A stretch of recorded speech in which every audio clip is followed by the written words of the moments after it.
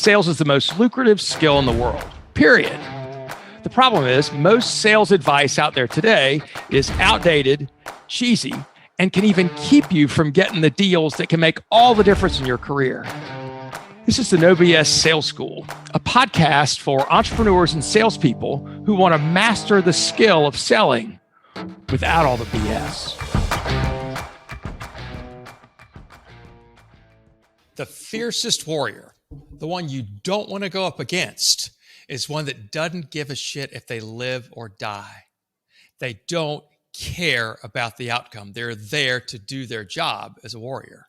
So I saw this somewhere, and all of a sudden it struck to me that that's the same as in sales. I don't think sales is like war, not if done correctly. I do believe that the salesman that doesn't care about the outcome, the one that doesn't care if they get a yes or a no, as long as they're getting one of those, is your best sales guy. Why would that be, Walker? Well, because we don't control what our prospect says. We don't control what our prospect does. What we control is what we do. What we control is our actions. And I started thinking about how salespeople in the past, was part of this, if we put so much value in getting a yes, we're not going to see all the signs that it should be a no, and or we're going to whore ourselves out. We may have a deal, make a deal that's not the best one for us or for our company because we're so blinded by having to get a yes. Or worse, when you get a no and you take it personally. And you think, gosh, that person rejected me personally. And it hurt my feelings. You shouldn't have feelings. You do have feelings. But in your sales call, you should have no feelings whatsoever. It's so hard to imagine, but here's what I want you to think about when you walk in to a sales call. I don't have anything. I've got zero. Even if you've had 7 meetings with them, even if they said, this time we're going to meet you and give you a check, you don't have shit until you have the check and the contract signed. And some people would say the check's in the bank. Why is this important to remember? It's like in sports. You're either playing to win or you're playing not to lose. If you're playing not to lose, you're playing defense and you're worried that you could blow it. You're worried that you could blow it. And what if I do this and it doesn't work? Reality is you don't have shit. Every single step you take needs to be based upon the idea that any given point, you might need to walk away because it's not the right time, because this is not the right prospect, because you don't have the right solution. I know you want to believe, but we are right. We are the best. We are good. We're better than everybody else. Great. Maybe your prospect isn't ready for that yet. Maybe they're not ready to really fix the problem. They don't know that yet. Maybe somebody else is sneaking in the back door. Maybe there's a personal relationship with somebody else that you don't know about. Maybe there's some kind of insider baseball going on that you don't know about. It's your job to find out about it ahead of time. When we have a positive prospect and all they say, yeah, we're going to get this done. This is great. Thanks for calling. Appreciate it. Oh, this proposal looks good. Yes, let me think about it. Let me take this. Let's get together soon. Let's get together tomorrow. And then, boy, I'm glad you're here. Let's talk about this. I'm ready to go. That's when we screw things up. Because we think this time is different. I don't have to qualify this person. They're qualifying themselves. They love me. We make it personal. It doesn't matter if your prospect loves you or not. It doesn't matter. It doesn't matter if they hate your freaking guts. Their opinions of you are not your business. You can't care. As soon as you do, you get your own emotions involved. Your job is to go in and see, do they have a personal, compelling reason why they have to make a change? More than problems, right?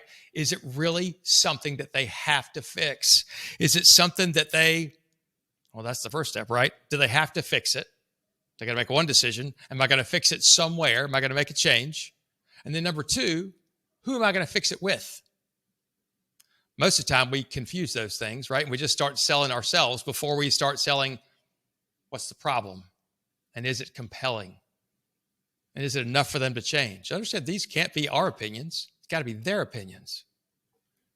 If we get personally involved, we start telling people's stories inside of our own head about why it's so good or why it's so bad or what they're going to do or what they're not going to do. You ever done that before? Had a prospect that didn't call you back for a week. You start making up this story in your head about why they're doing this or why they're not doing that and what kind of assholes they are or what kind of blah, blah, blah. And when you do get back in touch with them, you find out that was all bullshit. This is where we get emotionally involved in a sale. We start telling ourselves stories about why things are the way they are. Quite frankly, it's how most of us, I guess everybody figures their life out that way. But we're wrong so much. We're wrong a lot. Got to focus, right? Got to focus, which is hard for me, maybe hard for some of y'all too. We got to focus on being kind and not nice. You've heard me talk about this before, I think, right? Where being kind is doing the right thing on somebody's behalf, even though it may be uncomfortable. Being nice is doing what the other person wants you to do just to make them feel good. Somebody used the analogy the other day. Being nice is not telling somebody they have spinach in their teeth. Being kind is telling them they have spinach in their teeth. Being kind in a sales call means calling the truth. Digging down to find the truth. It may be an uncomfortable conversation for both of you. Your prospect often needs to be uncomfortable to make a change. Sometimes they don't know that. It's our job to help them see, does it make sense, right?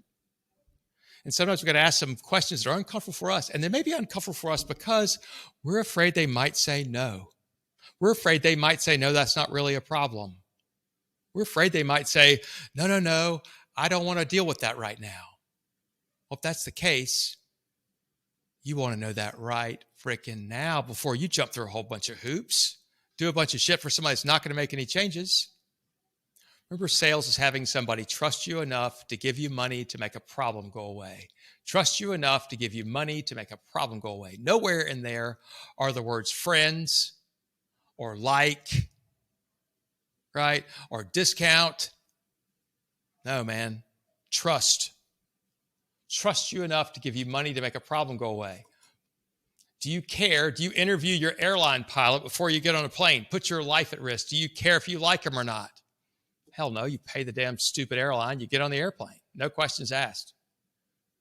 Ambulance driver comes to pick you up because you're hurt. Do you interview him, make sure that you like him? Hell no. You get in the ambulance. You're a surgeon. I don't know if it's your experience, but sometimes my experience is the best surgeons are often the biggest assholes. You want to wait to find one that you really like who's nice, and that's how you're going to pick them? Whew, good luck. We cannot care about the outcome of a sales call before we go in or during it. Remember the axiom, some will, some won't, so what, who's next? Some people will buy, some people won't, so what? Who's the next one I need to be talking to? If you're worried about the outcome, you'll continue to push and push and push, maybe put pressure, or not leave somebody alone where the answer is clearly a no for now. Or even worse, the deal goes to no and you take it personally and you end up beating yourself up for 4 months and then losing 4 months more time before you get back on your horse and start prospecting again. If you're emotionally involved in a deal, if the deal you're working on matters so much that you're going to get upset if you lose it, that's not a problem with that deal. That's a problem with your pipeline. I'm Walker McKay with No BS Sales. Divorce yourself from the outcome. You can't care whether you live or die. You can't care whether you make the sale or not when you're in the sales call. That's how you make yourself bulletproof. That's how you become a top performer. Thanks for listening to No BS Sales School podcast. If you haven't already, please take 1 minute to write a quick review for the show. It really does make a huge difference. Also, subscribe to the show and please forward this episode to somebody else who needs to hear it. As a bonus for listening, I'm going to give you access to a free mini course, 7 expensive sales mistakes you're making and what you can do about it. Go to www.7salesmistakes.com and get access to the free mini course. That's the number 7salesmistakes.com. Thanks again for listening to the OBS Sales School podcast.